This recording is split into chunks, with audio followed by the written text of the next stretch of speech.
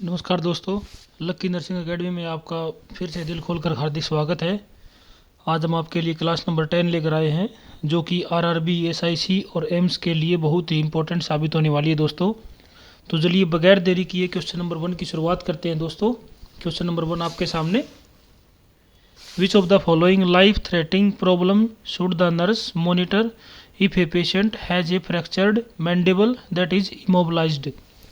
दोस्तों क्वेश्चन ने हमसे क्या पूछा है? क्वेश्चन ने पूछा है कि एक पेशेंट है जिसको मैंडिबल फ्रैक्चर हो गया है और उस पेशेंट के अंदर ऐसी कौन सी कंडीशन देखने को मिलेगी जो उसकी जान ले सकती है, यानी कि लाइफ थ्रेटनिंग वाली बात पूछी दोस्तों एग्जामिनर ने यहाँ पर, कि मैंडिबल फ्रैक्चर का पेशेंट है और उसके अंदर हमें ऐसी कौन सी कंडीशन नोट करनी है जिससे उसकी जान जा सकती है, उसको हमें नोट करना है दोस्तों। तो यहाँ पर अगर हम राइट आंसर की बात करेंगे दोस्तों, तो यहाँ पर राइट आंसर होगा दोस्तों ऑप्शन ए, वोमिटिंग। और वोमिटिंग भी किस लिए दोस्तों? क्योंकि जब भी मैंडिबल फ्रैक्चर का जब पेशेंट होता है, हम उसे इमोबलाइज करते हैं तो उसके अंदर वायर डालते हैं दोनों साइड से, राइट और लेफ्ट, और पेशेंट का जो माउथ होता है वो बंद हो जाता है, तो एस्पिरेशन के चांस सबसे ज़्यादा रहते हैं। अगर पेशेंट एस्पिरेट करता है, अगर पेशेंट एस्पिरेट करेगा तो पेशेंट ट्रैकिया के अंदर वो चला जाएगा और एस्पिरेट करने से पेशेंट की डेथ हो सकती है।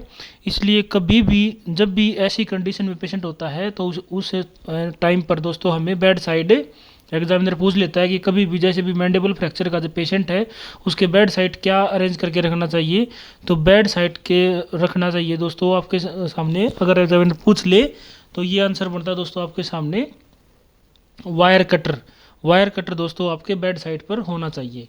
और यहाँ पर राइट आंसर की बात करेंगे तो option A is the right answer. Question number 2 पूछा है दोस्तों आपके सामने। वेट पूछा है दोस्तों प्लेसेंटा का। प्लेसेंटा का नॉर्मल वेट कितना होता है दोस्तों? तो यहाँ पर अगर एग्जामिनर पूछ ले तो प्लेसेंटा का वेट होता है दोस्तों 500 ग्राम्स। और अगर एग्जामिनर पूछ लेता है कि प्लेसेंटा का साइज़ कितना होता है दोस्तों, तो प्लेसेंटा का साइज़ होता है दोस्तों 15 टू 20 सेंटीमीटर, यानी 15 से 20 सेंटीमीटर प्लेसेंटा का साइज़ होता है और वेट होता है दोस्तों 500 ग्राम। क्वेश्चन नंबर 3 दोस्तों आपके सामने। Which of the following patient response should the nurse assess the patient when concerned about an accidental remove of the parathyroid gland during thyroidectomy. दोस्तों क्वेश्चन ने पूछा है कि हम किसी भी पेशेंट की हम थायराइड की सर्जरी कर रहे थे, थायरॉयडेक्टमी की, और गलती से, एक्सीडेंटली का मतलब होता है दोस्तों गलती से रिमूव हो गई है पैराथायरॉयड ग्लैंड, और नर्स उस कंडीशन को कैसे असेस करती है कि वो कंडीशन हुई है दोस्तों कि पैराथायरॉयड ग्लैंड रिमूव हो चुकी है दोस्तों। नर्स ने वो कैसे पता लगाया दोस्तों, एग्जामिनर ने ये पूछा है। तो दोस्तों अगर पैराथायरॉयड जो ग्लैंड होती है, पैराथायरॉयड ग्लैंड का जो काम होता है दोस्तों, वो उसका काम होता है दोस्तों सीरम कैल्शियम को बनाना। जो हमारे शरीर के अंदर दोस्तों जो पैराथायरॉयड ग्लैंड होती है उसका काम होता है सीरम कैल्शियम को बनाना। और जब ये निकल जाती है दोस्तों पैराथायरॉयड ग्लैंड, तो पेशेंट के अंदर हमें हाइपोकैल्सीमिया देखने को मिलता है। और अगर यहाँ पर राइट आंसर की बात करेंगे दोस्तों, तो यहाँ पर राइट आंसर होगा आपके सामने ऑप्शन नंबर बी, टिटेनी। और टिटेनी किसी भी पेशेंट में हमें तब देखने को मिलता है जब लो कैल्शियम के कारण होता है दोस्तों। जब कैल्शियम लो होता है दोस्तों शरीर के अंदर, जब बॉडी के अंदर जब कैल्शियम की कमी हो जाती है तो हमें टिटेनी दिखाई देता है दोस्तों। टिटेनी कंडीशन दिखाई देती है, टिटेनी डिसऑर्डर दिखाई देता है, और ये हाइपोकैल्सीमिया की कमी के कारण होता है दोस्तों। तो यहाँ पर राइट आंसर की बात करेंगे तो यहाँ पर राइट आंसर होगा ऑप्शन नंबर बी।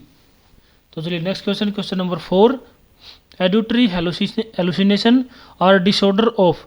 यहाँ पर दोस्तों हेलुसिनेशन का डिसऑर्डर पूछा है दोस्तों आपके सामने। तो दोस्तों अगर हम हेलुसिनेशन की बात करते हैं दोस्तों, तो हेलुसिनेशन को ही हम परसेप्शन का डिसऑर्डर बोलते हैं दोस्तों, परसेप्शन ऑफ डिसऑर्डर।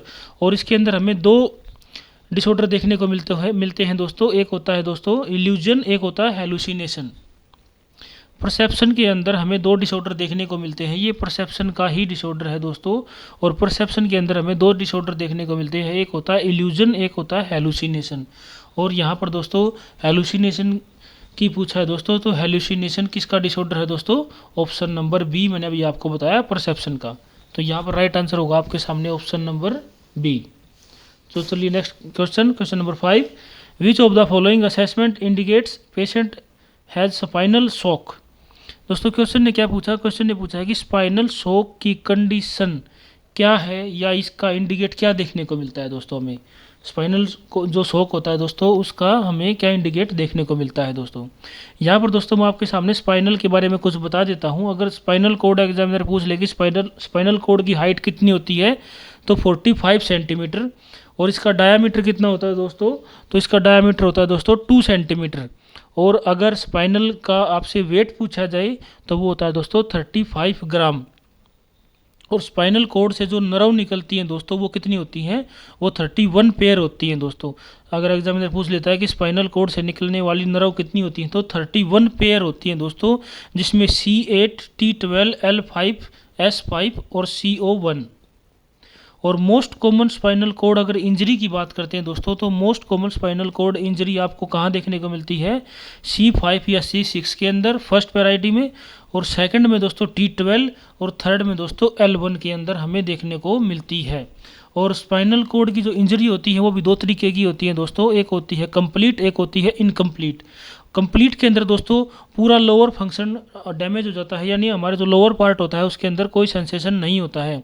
और इनकम्प्लीट दोस्तों आधी टूटी हुई होती है दोस्तों, उसमें हमें आधी टूटी हुई स्पाइनल कोड हमें देखने को मिलती है दोस्तों।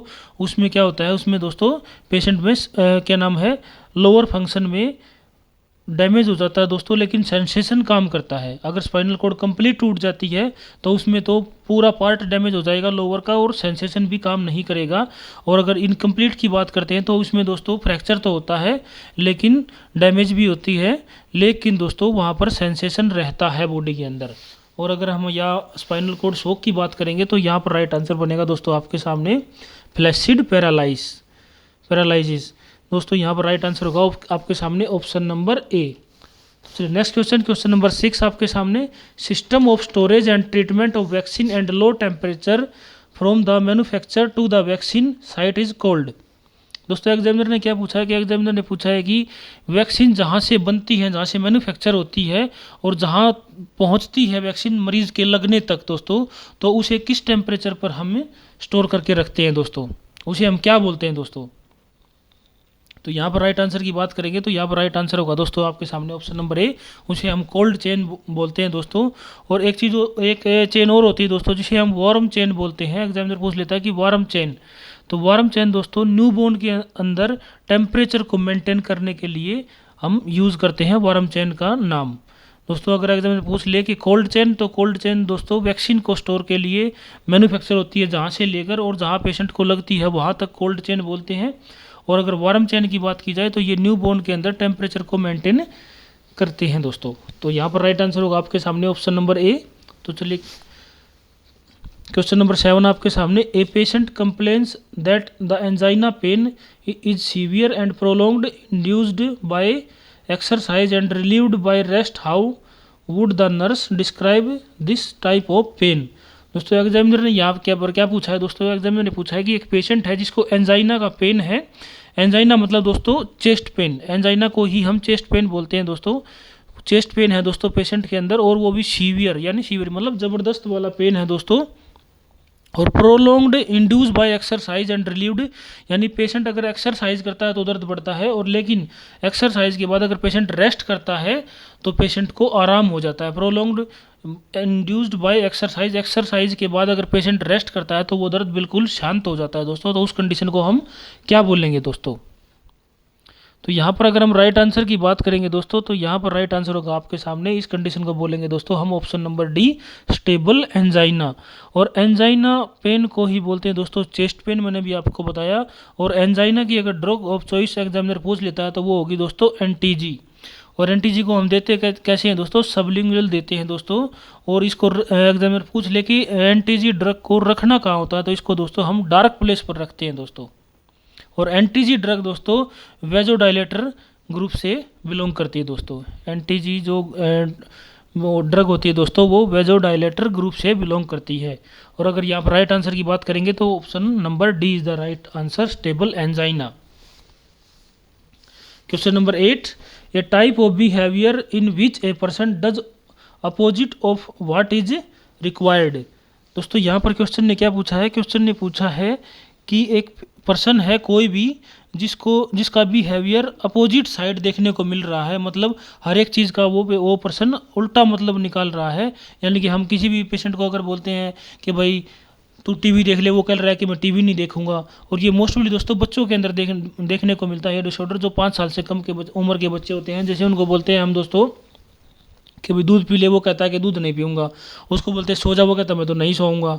तो इस कंडीशन को दोस्तों अपोजिट बिहेवियर बोलते हैं, और ये मोस्टली बच्चों के अंदर देखने को मिलती है, और इसको हम बोलते हैं दोस्तों नेगेटिविज्म।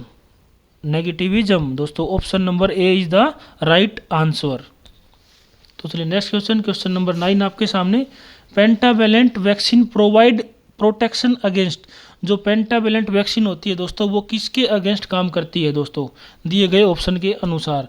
दोस्तों जो भी जो वेलेंट जो वैक्सीन होती है दोस्तों, ये दोस्तों इंडिकेट करती है 5 डिजीज़ को इंडिकेट करती है दोस्तों, यानी कि 5 बीमारियों को ये कंट्रोल करने में काम की जाती है दोस्तों। और इसकी डोज मार्केट में कितनी अवेलेबल होती है दोस्तों, 0.5 ml का इसका डोज होता है दोस्तों। और ये IM लगाई जाती है, और दोस्तों 90 डिग्री पर ये लगाई जाती है। और कब कब लगाई जाती है, 6, 10 और 14, यानी 6, 10 और 14 वीक पर ये लगाई जाती है। और कहाँ पर लगाई जाती है दोस्तों सॉरी, कहाँ पर लगाई जाती है, वेस्टस लेटरल मसल पर ये दोस्तों लगाई जाती है, IM लगाई जाती है, 90 डिग्री एंगल पर ये लगाई जाती है। और अगर यहाँ पर राइट आंसर की बात करेंगे तो राइट आंसर होगा आपके सामने option number A, diphtheria, pertussis, tetanus, hepatitis B और हीमोफिलियस बी। तो यहाँ पर राइट आंसर होगा आपके सामने ऑप्शन नंबर ए। 5 बीमारियाँ हो गई, 1 diphtheria, 2 pertussis, 3 tetanus, 4 hepatitis B और haemophilus. Option number A is the right answer. तो चलिए नेक्स्ट क्वेश्चन नंबर 10 दोस्तों, और यही सीरीज़ का लास्ट क्वेश्चन है दोस्तों आपके सामने। कल हम आपके लिए क्लास नंबर 11 दोबारा से लेकर आएंगे, जो कि अभी हमारे जो जितने भी आने वाले एग्जाम हैं दोस्तों नर्सिंग के, सब के लिए आपके बहुत ही इंपॉर्टेंट साबित होगी दोस्तों। तो question number 10, what should the nurse do to best reduce ankle oedema. यानी एग्जामिनर ने पूछा है दोस्तों, जो एंकल जो एडिमा होता है दोस्तों, एंकल के अंदर जब सूजन आ जाती है दोस्तों, तो उसका बेस्ट जो मेथड है वो क्या रहेगा एंकल को प्रिवेंट करने का, एडिमा को प्रिवेंट करने का। तो यहाँ पर हम राइट आंसर की बात करेंगे दोस्तों, तो यहाँ पर राइट आंसर होगा दोस्तों एलिवेट द लेग्स।